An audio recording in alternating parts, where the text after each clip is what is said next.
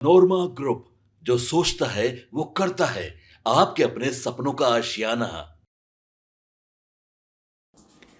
मुख्यमंत्री नीतीश कुमार की प्रगति यात्रा को लेकर के लगातार चर्चाएं हम कर रहे हैं और आज भी मुख्यमंत्री नीतीश कुमार प्रगति यात्रा पर थे। आज उनका दौरा रोहतास में था और ख़ास करके रोहतास में मुख्यमंत्री की यात्रा और बिहार में उनके कार्यालय के बगल में एक कार्यक्रम चल रहा था। उस कार्यक्रम को लेकर के लोगों के मन में कई तरह के कौतूहल थे और लोग जानना चाहते थे कि आखिर भारतीय जनता पार्टी के तरफ से ये कार्यक्रम प्रायोजित है और इस कार्यक्रम से नीतीश कुमार को क्या घाटा और क्या फ़ायदा होगा।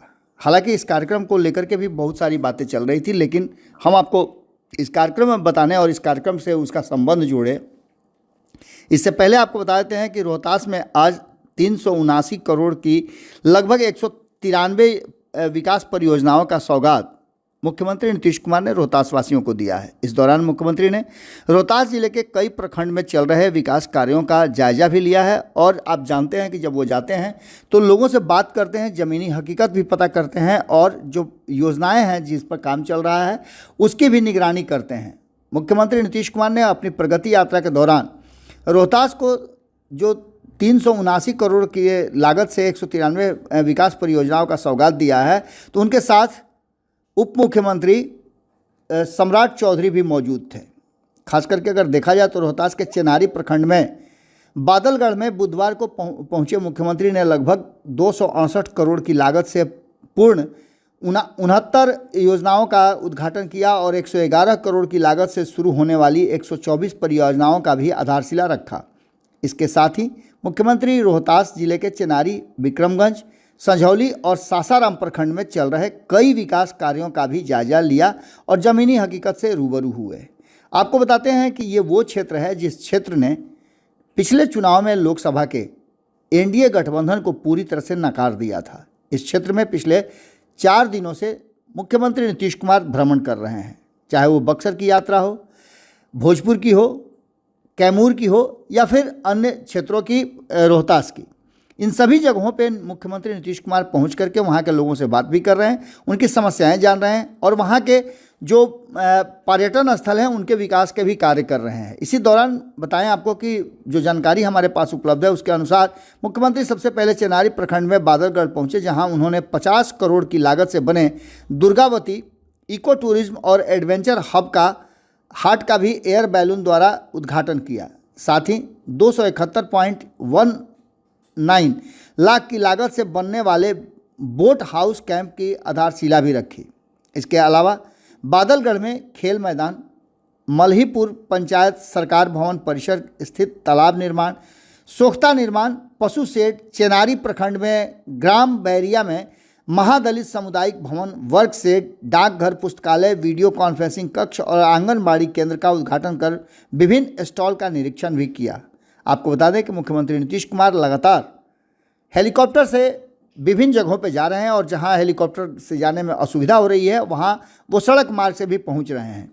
ये कार्यक्रम मुख्यमंत्री का अभी चलने वाला है। हम आपको ये भी बताएंगे कि ये कार्यक्रम कब तक चलेगा, लेकिन सबसे बड़ी बात यह है कि मुख्यमंत्री के इन कार्यक्रमों में, प्रगति यात्रा का जो कार्यक्रम है उसमें जो लोग मुख्यमंत्री से अपेक्षा कर रहे हैं कि वो इस कार्यक्रम के दौरान अपनी बातों को रखेंगे, कुछ बोलेंगे, मुख्यमंत्री बोल नहीं रहे हैं। उनके पूरी तरह से उन्होंने इस कार्यक्रम को राजनीति से अलग करके रखा है। चूँकि ये सरकारी कार्यक्रम भी है, ये भी बात अच्छी तरह से जानते हैं। आज मुख्यमंत्री हेलीकॉप्टर से विक्रमगंज के घुसिया खुर्द गांव पहुंचे, जहां उन्होंने इंटीग्रेटेड फार्मिंग और उत्कर्ष बायोफ्यूल प्लांट का निरीक्षण किया। इस दौरान विक्रमगंज स्थित उत्क्रमित मध्य उच्च विद्यालय में ACR भवन, उच्चतर माध्यमिक विद्यालय में घोसिया कला में विद्यालय भवन निर्माण, विद्यालयों में बॉयज शौचालय से लेकर के विभिन्न प्रखंडों में विद्यालय भवन, शौचालय, सामुदायिक भवन, वर्क शेड, राज्य कल्याण छात्रावास भवन, सब डिवीजन कार्यालय, उच्च स्तरीय RCC पुल निर्माण, विद्यालयों में निर्मित लैब, SP जैन महाविद्यालय में पुस्तकालय, गर्ल्स हॉस्टल, नौहट्टा में डिग्री कॉलेज के 4 दीवारी और PCC सड़क के साथ साथ जीविका ग्राम संगठन कार्यालय, दिनारा प्रखंड में प्रथम वर्षीय पशु चिकित्सालय आदि का भी उद्घाटन किया गया। आपको बता दें कि इस दौरान मुख्यमंत्री नीतीश कुमार ने 124 योजनाओं का शिलान्यास किया। इस जिसमें वन स्टॉप सेंटर, अल्पसंख्यक कल्याण पदाधिकारी, आवास निर्माण, सामुदायिक भवन, महादलित वर्क सेट, ई किसान भवन समेत मुख्यमंत्री ग्रामीण सड़क यूनियन योजना के तहत सासाराम प्रमंडल 1 में 115 पथ, सासाराम प्रमंडल में 2 के 102 पथ, विक्रमगंज प्रखंड में 81 तथा डेहरी में 51 पथों का शिलान्यास किया।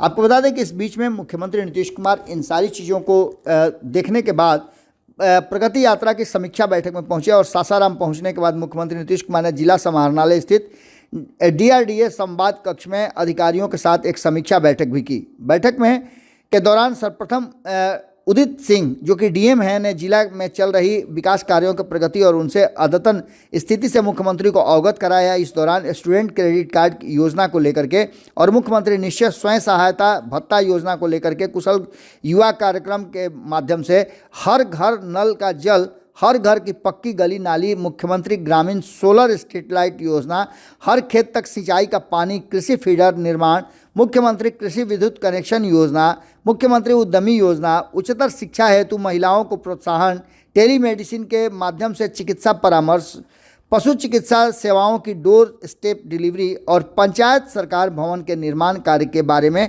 विस्तृत जानकारी दी, जिसको मुख्यमंत्री नीतीश कुमार ने बहुत गौर से सुना और उचित उस पर निर्देश भी जारी किया। आपको बता दें कि इस बीच में खेल कूद को बढ़ावा देने के लिए आप देख रहे होंगे कि लगातार मुख्यमंत्री अपने प्रगति यात्रा के दौरान विभिन्न क्षेत्रों में, विभिन्न पंचायतों में खेल के लिए क्लब का और मैदान का निर्माण, वहाँ सामग्री का देने की जैसी चीज़ें कर रहे हैं। स्पोर्ट्स क्लब का गठन करने के साथ साथ प्रत्येक पंचायत में खेल मैदान, मुख्यमंत्री ग्रामीण सेतु योजना की भी शुरुआत, शहरी एवं ग्रामीण क्षेत्र में स्वयं सहायता समूहों का गठन, राजस्व प्रशासन में पारदर्शिता, दाखिल खारिज को लेकर के, परिमार्जन को लेकर के, परिमार्जन प्लस एवं जल जीवन हरियाली के तहत जीर्णोद्धार कराए गए सार्वजनिक कुओं, पोखर तथा तालाबों की अद्यतन स्थिति के संबंध में विस्तृत जानकारी ली।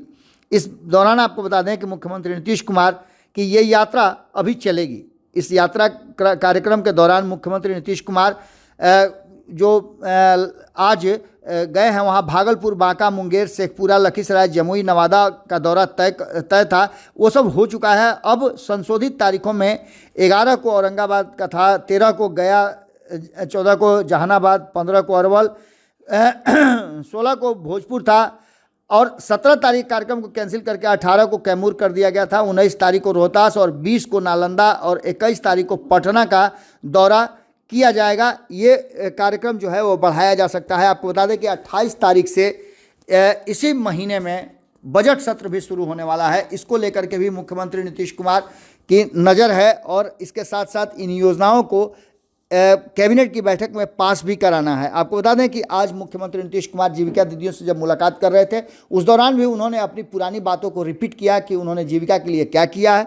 इसके साथ साथ मीडिया के लोग इंतजार कर रहे थे कि नीतीश कुमार कोई राजनीतिक बात करेंगे। हमने आपको शुरू में ही बताया था कि एक तरफ मुख्यमंत्री नीतीश कुमार प्रगति यात्रा और 20 साल से बिहार के CM की कुर्सी पर हैं, अगर बीच के कुछ कालखंडों को छोड़ दिया जाए तो ऐसी स्थिति में एक बात तो साफ नज़र आ रही है कि नीतीश कुमार भले ही जिस समाज से आते हैं उस समाज के नेता के रूप में उनको स्थापित किया गया हो, लेकिन 30 साल के बाद, 31 साल के बाद जब उनके कार्यालय के बगल में कुर्मी एकता रैली का आयोजन किया जा रहा हो और मुख्यमंत्री नीतीश कुमार प्रगति यात्रा पर हों, तो इससे पता चल जाता है कि क्या कुछ होने वाला है। लेकिन चर्चाएं तो इस बात की ये भी है कि मुख्यमंत्री नीतीश कुमार का रिप्लेसमेंट खोजा जाने लगा है। हालांकि मुख्यमंत्री नीतीश कुमार अभी इस पर बिल्कुल चुप्पी साधे हुए हैं। उनका सारा फोकस जो है वो प्रगति यात्रा के बाद बजट सत्र और बजट सत्र के बाद सीधे चुनावी तैयारी में लगा हुआ है। इस बीच देखना दिलचस्प होगा कि मुख्यमंत्री नीतीश कुमार इस बजट सत्र के दौरान क्या कुछ कहते हैं। हालांकि प्रगति यात्रा में अभी कई कार्यक्रम बाकी हैं। हमारी नज़र बनी हुई है, जैसे ही उनके बयान आएंगे हम आपके साथ फिर जुड़ेंगे। बहुत बहुत धन्यवाद। नमस्कार। आपके सपनों को हमने सजाया है, ई होम्स पैनोरामा को हमने बनाया है। ई होम्स मेरा एक सपना था जिसपे मैं पिछले 4 साल से काम कर रहा था। हमने जो बनाया है वो सबने है माना। ई होम्स पैनोरामा में हो आपका भी आशियाना। और फाइनली हमने 2021 में इस प्रोजेक्ट को लॉन्च किया। बहुत लोग अप्रिशिएट कर रहे हैं कि पूर्णिया जैसे शहर में बिहार के, एक तो बिहार की बात करें, उसमें भी पूर्णिया जैसे छोटे जगह में इस तरह का लाइफस्टाइल देना, ये सुन के हम लोगों को बहुत अच्छा लगता है। ई होम्स में हमने कुछ और भी किया है, जैसे हम जिस जगह में रह रहे हैं हमारे फैमिली सिक्योर हो, उनको सिक्योरिटी का ध्यान में रखा है। आपकी सुविधा और सुरक्षा आपके लिए खास है, ये आपका विश्वास है। इसमें आर्टिफिशियल इंटेलिजेंस का 7 लेयर सिक्योरिटी का हमने इस्तेमाल किया है। लस ग्रीन कैंपस को बनाया है, यदि हमारा बाउंड्री वाल है तो वो वर्टिकल गार्डन है। ये जितनी भी फैसिलिटी होता है एक इंटरनेशनल टाउनशिप में, ई होम्स है, ये हम लोग विश्वास नहीं कर पा रहे हैं। जो भी हमारे मित्र दोस्त या जो भी हमारे बाहर के बाहर आते हैं, तो हम लोगों को बहुत अच्छा सुनने को मिलता है और बहुत अच्छा क्रेडिट मिल रहा है। वो सारा हमने सिर्फ एक बिल्डिंग नहीं बनाया, हमने एक बहुत अच्छा लाइफस्टाइल दिया ई होम्स में, और मेरा एक सपना था जिसको मैं आज फुलफिल होते हुए देख पा रहा हूँ। ये आपका आवास है। ई होम्स पैनोरामा में अब आपका निवास है। E Homes Panorama, luxurious lifestyle redefined. Panorama group, जो सोचता है वो करता है। अगर ये वीडियो पसंद आई और वह बिहार के राजनीति और बिहारियत से सरोकार रखेनी तो सब्सक्राइब बटन दबा के चैनल के सब्सक्राइब कर ली। ओजे एगो घंटी बा, ओकरा बटन दबा देला से कुल सटीक और मारक खबर रुआ मुफ्त में मिल जाई। अगर रुआ पत्रकारिता के हमनी के नया प्रयोग में सहयोग कर चाहतानी तो ज्वाइन बटन दबा दी। पेटीएम नंबर नोट कर ली 9386816700।